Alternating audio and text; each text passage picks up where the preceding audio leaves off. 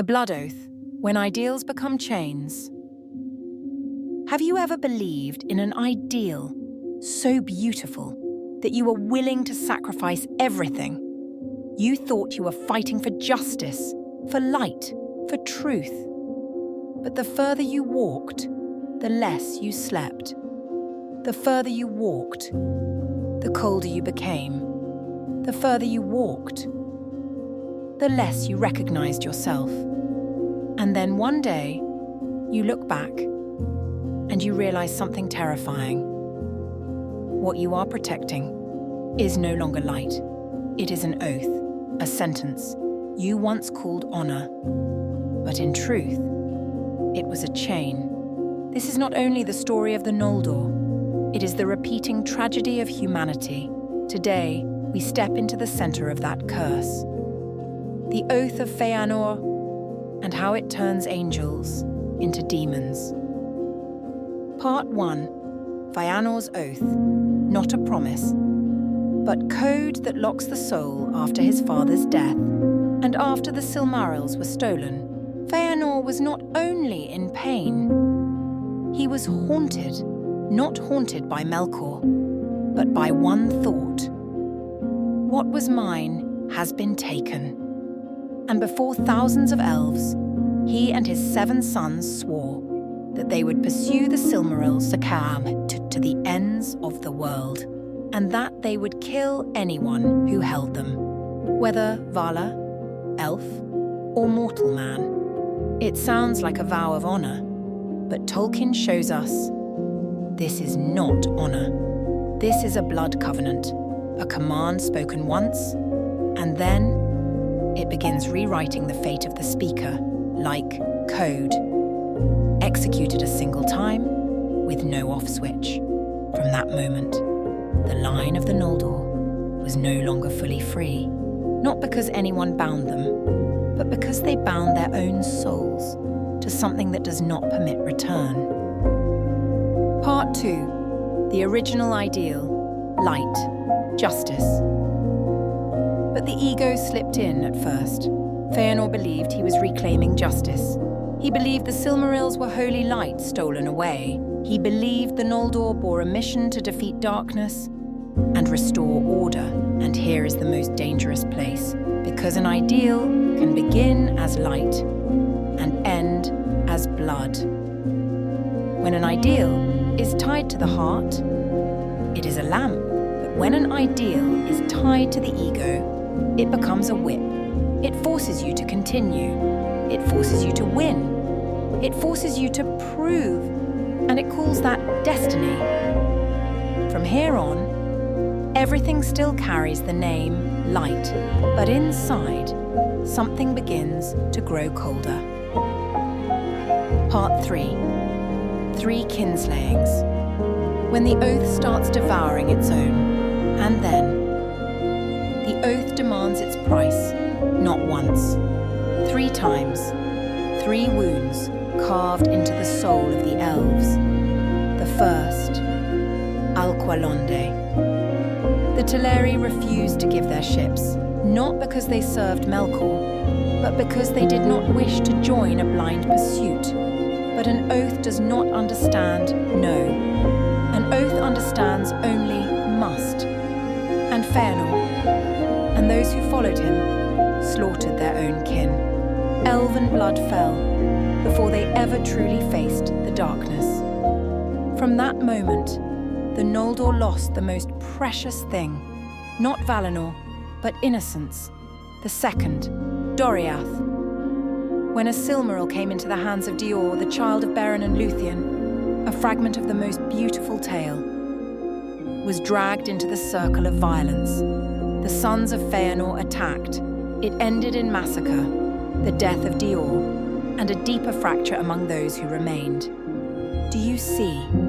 The oath does not only hunt light, it hunts anyone who stands between it and its target, even if that one was once a legend of love.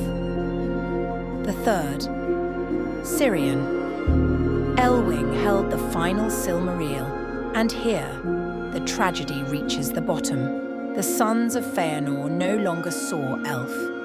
They saw only the one holding the thing the oath has named.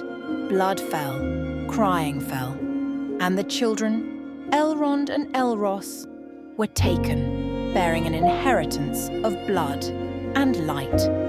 3 times. No one could stop, no one could rest, because they had signed their souls to an ideal that had died long ago. Part 4. And this is the story of modern humanity. Does this feel familiar?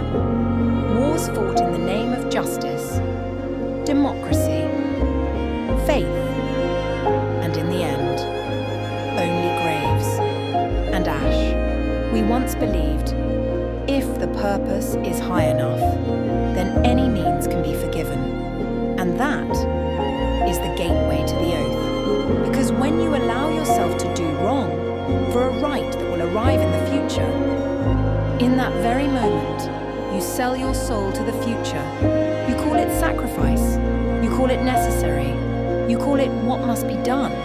But the truth is, real light does not need blood to prove itself. Revolutions for freedom become grinding machines, grinding the very people who first lit the fire. Beautiful slogans become reasons to destroy, because slogans are easy, but the heart is hard and deeper still. The ideal of dominating nature has built a civilization that is enormous, while the soul grows smaller. We cut forests and call it development. We drain the soil and call it growth. We exhaust ourselves and call it success. We run faster, we own more, we connect more, yet we touch ourselves less. And when the body begins to break, when the climate begins to respond, when the mind begins to collapse, we still do not stop, because humanity has its own invisible oath, an oath not written, but repeated every day, through every system, every screen, every ambition. We must grow. We must rise. We must be more than others. We must conquer. We must not stop. It is the oath of a civilization that has begun to confuse. Intelligence, with cunning power, with worth progress, with salvation. And like the Noldor, we do not fall because we lack light. We fall because light becomes a tool, like the Silmarils, technology, science, AI, media power, data, finance. All are forms of light, in a certain sense, but the problem is not light. The problem is the question.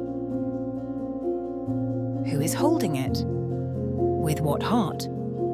And then we forget the most important question. Is what we are chasing still light? Or is it only the ego wearing the mask of an ideal? Final words. Feanor died in Middle-earth. He never reclaimed a single Silmaril, but his oath continued to live in blood, in fire, and in his sons, chained by 2 words, duty and inheritance. Ideals are not wrong, but without love, they become chains. And humanity also lives beneath an invisible oath, an oath that we must surpass every limit, even our own soul. But if you are listening, perhaps you have reached the threshold the Noldor missed, the threshold of stopping before the oath devours you. To stop, not to surrender, but to ask a question, that every civilization fears. Does what I call light still make me more compassionate? Because there is a tragedy deeper than the oath. It is when a people has supreme intelligence, perfect technique, near godlike power, but the heart is empty. And that is the doorway to video 3. When intelligence has no heart, when you can create everything, but no longer know why you live. If you see yourself in the story of the Noldor, share this video and follow. to enter Part 3, Intelligence Without Heart, the Death of the Sacred Spirit. Because if no one retells these stories, we will continue to repeat them.